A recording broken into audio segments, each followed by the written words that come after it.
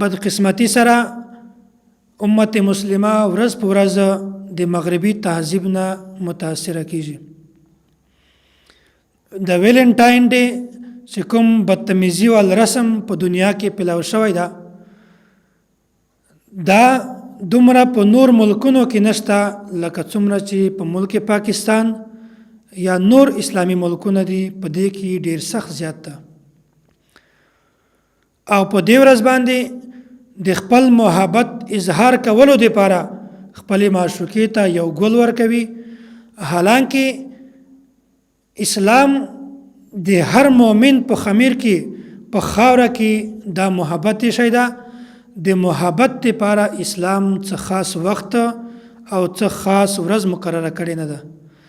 دا مغربي تهذیب غیر اسلامی ملکو چې کوم رسمونه دي هغه په موږ باندې مسلط کړي دي چې په پوره کال کې د خپل مور سره د خپل پلار سره د خویندو ورونو سره محبت اظهار نه کوي بلکې صرف په 14 فروری باندې یعنی ویلنټاین ډے باندې د صرف د محبت اظهار کوي.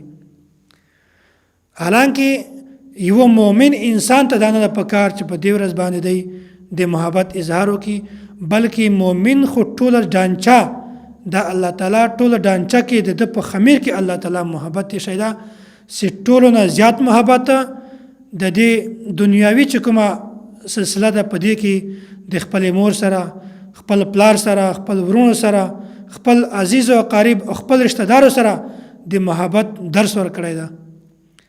او بیا اسلام هر بچی ته د خپل مور سره د محبت ډیر زیات درس ورکړی ده. او بیا هم موږ د مغربي تهذیب چې کوم د دې کلچر ده د دې کوم رسمونه دي هغه موږ ایجاد کوو.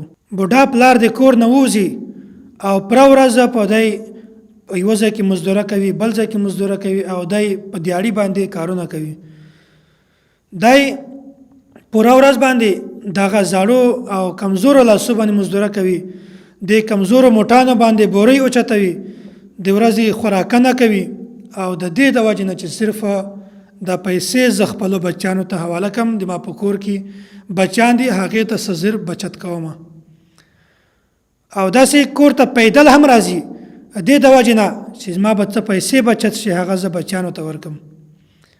نو ما ته وای د خپل پلار د خپل بچانو سره د محبت ثبوت په دې زیات کوم کېدلی شي چې یو پلار د خپل بچانو سره دومره محبت کوي چې خپل ځان باندې تکلیف تیروي او خپل بچانو لپاره یو آرام سکون ول ژوند غواړي. د باوجود بیا هم خپل بچي ورچک شي او په دې ویلنټاین ډے باندې د امریکایانو او داسې د انګریزانو ملکونه چې کوم دي د هغو رسمونه ایجاد کوي او د محبت اظهار د نورو خلکو سره کوي. په کار ده چې اول د خپل مور سره پلار سره او داسې ورونو سره خپل رشتہ دارو کې محبت ساتي او په شریعت کې یو ورځ او خاص وخت د محبت لپاره متعین نه ده. اوس ما ته وښیي چې اسلام څومره غیرتمند مذهب ده هغه امور سره مشابهت هم نشي برداشت کولای چې هغه د اسلام د یو فرض یا د یو واجب سره نه ټکراو کیږي. نو هغه کارو کې به اسلام څنګه مشابهت برداشت کی چې هغه بنیادی د اسلام د بنیادی مزاج مخالف وي. نو اسلام داسې مشابهت هم کله نشي برداشت کولای. د مغربي ملکونو د میډیا په ذریعہ سره چې کوم بدتمیزي د موږ اسلامی ملکو ته راغلی ده نو هغه نه خپل ځانونه هم بچ کړي او د خپل کور ول هم بچ کړي. او مونږ هم نن سبا د میډیا په ذریعہ باندې داسې شیونو تردید کوو. استاد محترم متکلم اسلام حضرت مولانا محمد الیاس ګومن حفظه الله هغه بار بار فرمایي وای په کوم یو شکل باندې چې کومه فتنه راوچته شي په هغه شکل باندې د هغه تردید کوي. که یو مسله په علما کې اختلافي وي د هغه اصلاح په علما کې کوي.